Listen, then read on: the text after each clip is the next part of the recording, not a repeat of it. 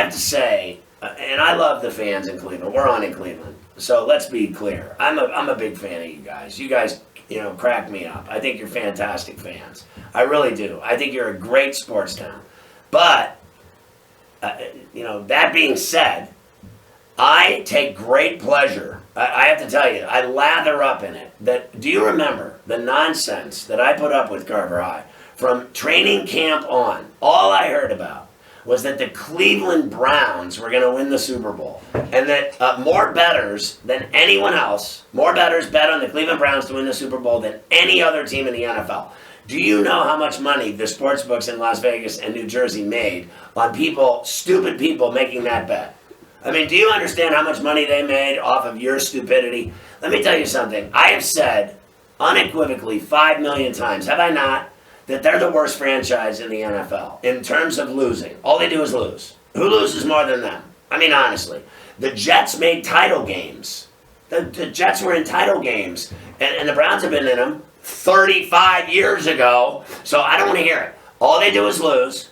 Well, the last time they made it was 2002. Is that right? So that's 18 years.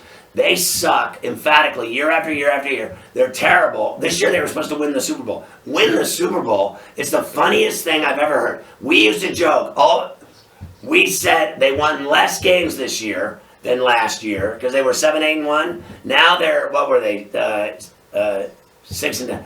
They're so pathetic. And then I hear after the season, Landry goes, "We needed leadership." That's the funniest thing. And then Freddie got fired, which you knew was inevitable. And then the fact of the matter is, they are worse now than they were, like we said, last year. But every year is the same story. All they do is lose. All they do is lose.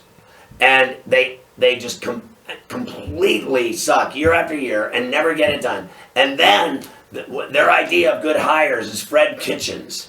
And then they interview every assistant on the face of the earth that no one's ever heard of. And that's their idea, I guess, of a cheap 4-year deal where they can pay some guy millions to fire him and pay him out like they're going to do with Fred.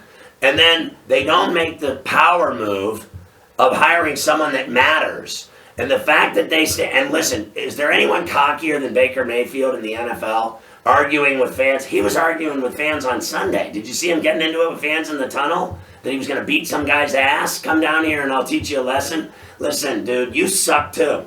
So stop blaming the media for how bad you suck. And then Odell Beckham's not happy. Landry's not. No one's happy there. That's because all you do is lose. And then you point fingers and blame everybody else around you. It's a culture of losing. It's a loser organization. That's all they do is lose.